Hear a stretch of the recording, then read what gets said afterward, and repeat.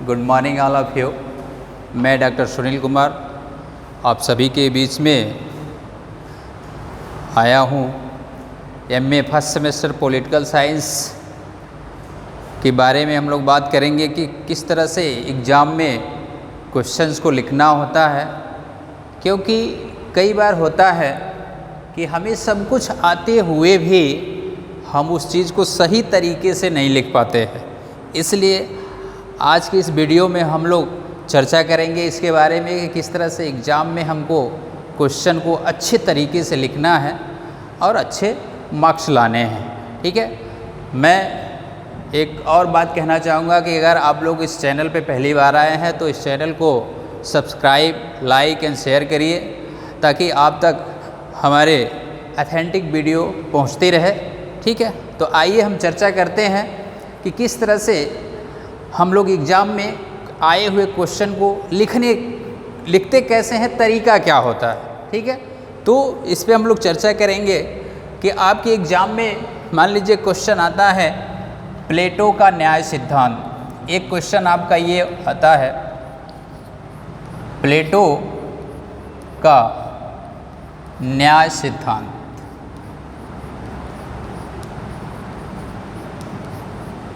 प्लेटो का न्याय सिद्धांत या अवधारणा कह लीजिए,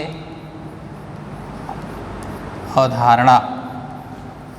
ठीक है, तो इस क्वेश्चन का आंसर हमें कैसे लिखना है, तरीका क्या होता है, इसके बारे में हम लोग चर्चा करेंगे, खासकर MA first semester political science के बच्चे। ठीक है, और आप लोग अपने कमेंट्स भी कर सकते हैं, समय समय से आप अपने सवाल भी पूछ सकते हैं कि कैसे और बेहतर हो सकता है। ठीक है, चलिए हम लोग बात करते हैं अब इस सिद्धांत का हमें आंसर लिखना कैसे है, हमें उत्तर लिखना कैसे होता है। कि मान लीजिए क्वेश्चन आते हैं, टिप्पणी में क्वेश्चन अगर ये आता है तो हमें कितने शब्दों में लिखना है। ठीक है, इसका ध्यान देना चाहिए। अगर वो लघुत्तरी प्रश्न होता है तो कितने शब्दों में लिखते हैं, और वो दीर्घोत्तरी प्रश्न होता है तो कितने शब्दों में उसका आंसर लिखा जाएगा।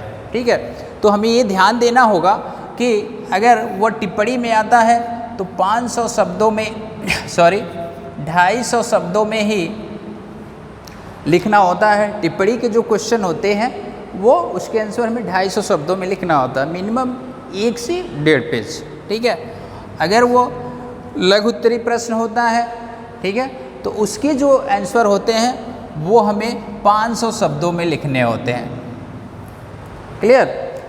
और अगर दीर्घ उत्तरी प्रश्न है तो उसके जो आंसर होंगे वो 1000 शब्दों में लिखना होता है। तो उसको हम लिखेंगे कैसे, इस पे चर्चा करनी है आज के इस वीडियो पे। चलिए बात करते हैं हम प्लेटो के न्याय सिद्धांत को। तो सबसे पहले लिखने का तरीका क्या है, आप उस चीज़ को समझेंगे क्वेश्चन क्या कह रहा है। फिर आप अगर प्लेटो के बारे में कह रहा है तो सबसे पहला जो तरीका है हम लिखेंगे सामान्य परिचय। सामान्य परिचय लिखेंगे,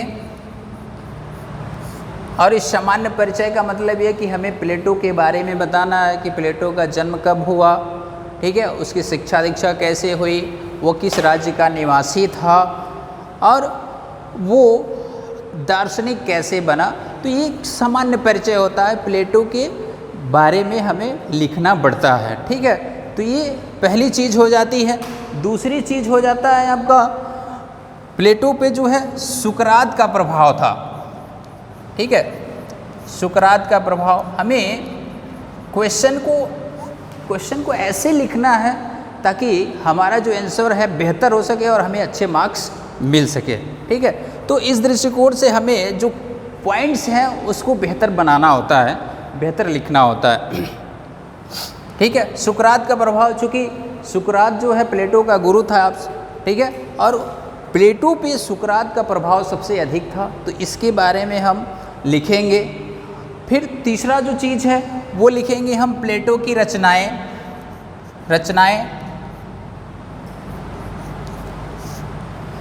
रचनाओं के बारे में हम लिखेंगे कि प्लेटो ने कौन कौन सी रचना लिखी है, इसके बारे में आप देखेंगे। प्लेटो ने जो रचना लिखी है उसमें रिपब्लिक, क्रीटो, मैनिफेस्टो, लॉज, ठीक है, तो इन सब रचनाओं को आप, जो इम्पोर्टेंट चीज़ें हैं 2-4 रचनाओं को आप इसमें अपनी कॉपी में लिखेंगे। ताकि आपका जो आंसर हो अच्छा सबसे बेहतर हो सके। अगर आप सबसे बेहतर लिखने की प्रयास करेंगे तभी आपका जो है अच्छा नंबर मिलता है। ठीक है, अगला जो हम पॉइंट्स बता रहे हैं उसमें है, अब बात करेंगे इतनी चीज़ों को लिखने के बाद बात करेंगे जो मेन क्वेश्चन कह रहा है। बात समझ में आ रहा है ना?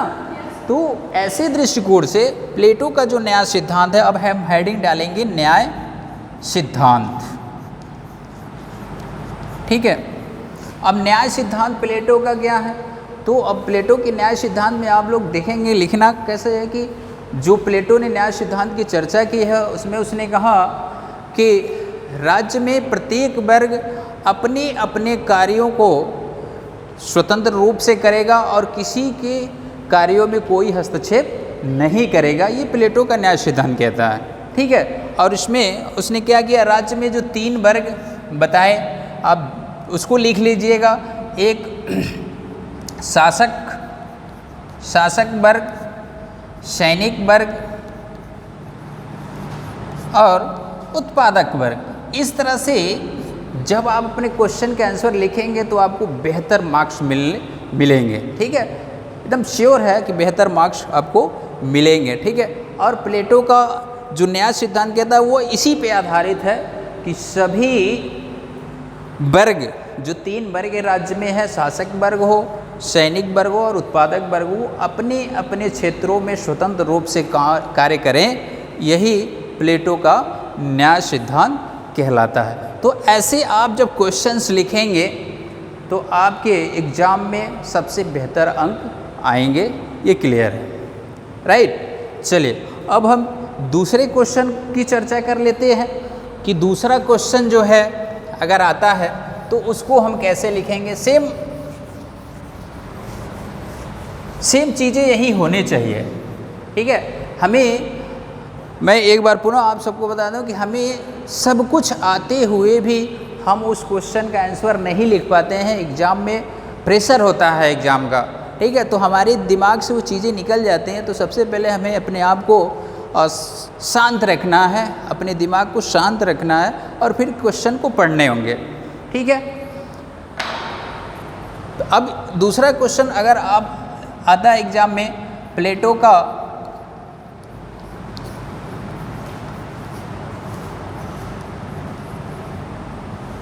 का शिक्षा सिद्धांत।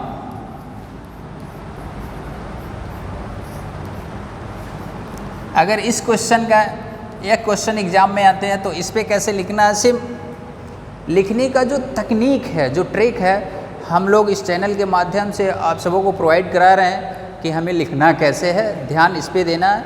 आप अपनी तैयारी को और बेहतर बना सकते हैं, अपने लिखने के तरीके को और सुदृढ़ कर सकते हैं।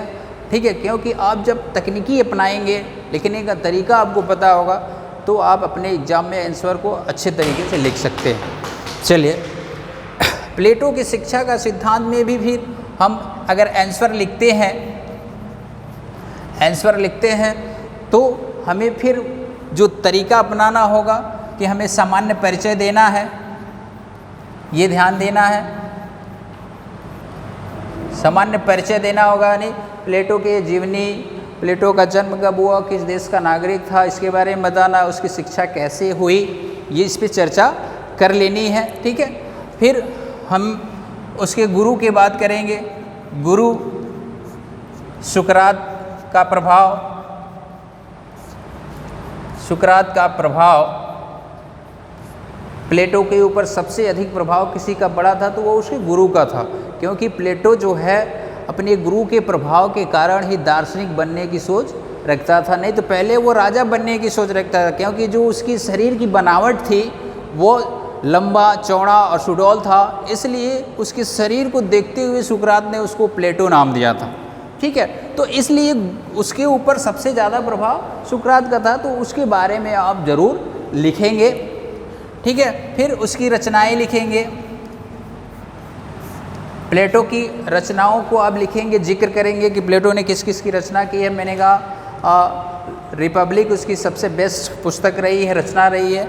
लॉज रहा है, स्टेटमेंट रहा है, क्रीटो, मैनिफेस्टो रहा है। तो इन सब रचनाओं को आप 2-4 रचनाओं को आप उसमें लिखने की कोशिश करेंगे। ठीक है, फिर आप लिखेंगे शिक्षा सिद्धांत। प्लेटो का शिक्षा सिद्धांत आप इस तरह से लिखने की कोशिश, शिक्षा सिद्धांत देखेंगे तो अब शिक्षा सिद्धांत क्या है प्लेटो का, उसको हमें लिखना है। तो अब शिक्षा सिद्धांत को प्लेटो ने डिवाइड किया हुआ है, तो उस डिवाइड को हम डिवाइड कर लेंगे, हेडिंग डाल लेंगे कि 6 से 20 वर्ष तक की शिक्षा व्यवस्था, ठीक है, 20 से 30 वर्ष तक की शिक्षा व्यवस्था, और 35 वर्ष तक की शिक्षा व्यवस्था, और 35 से 50 वर्ष तक की शिक्षा व्यवस्था का जिक्र करेंगे। ये देखिए, ये पॉइंट बनाना होता है। आप इस की पॉइंट को अगर समझेंगे नहीं तो आपका जो आंसर है वो सही नहीं होगा, ठीक है। तो हमारे इस चैनल के माध्यम से यही बताना है कि MA first semester political science के जो भी छात्र छात्राएं या जो भी लोग इस वीडियो को देख रहे हैं, तो इस वीडियो के माध्यम से यही बताना है कि उन्हें अपने एग्ज़ाम में आने वाले क्वेश्चंस का आंसर कैसे लिखना है, ताकि आपका जो मार्क्स है वो बेहतर बन सके, ठीक है। तो आप इस तरह से प्लेटो के शिक्षा सिद्धांत को देखेंगे कि 6 से 20 वर्ष के बीच में यहाँ जो है प्लेटो कहता है कि केवल संगीत और व्यायाम की शिक्षा दी जानी चाहिए, संगीत व्यायाम की शिक्षा दी जानी चाहिए। यहाँ पर वह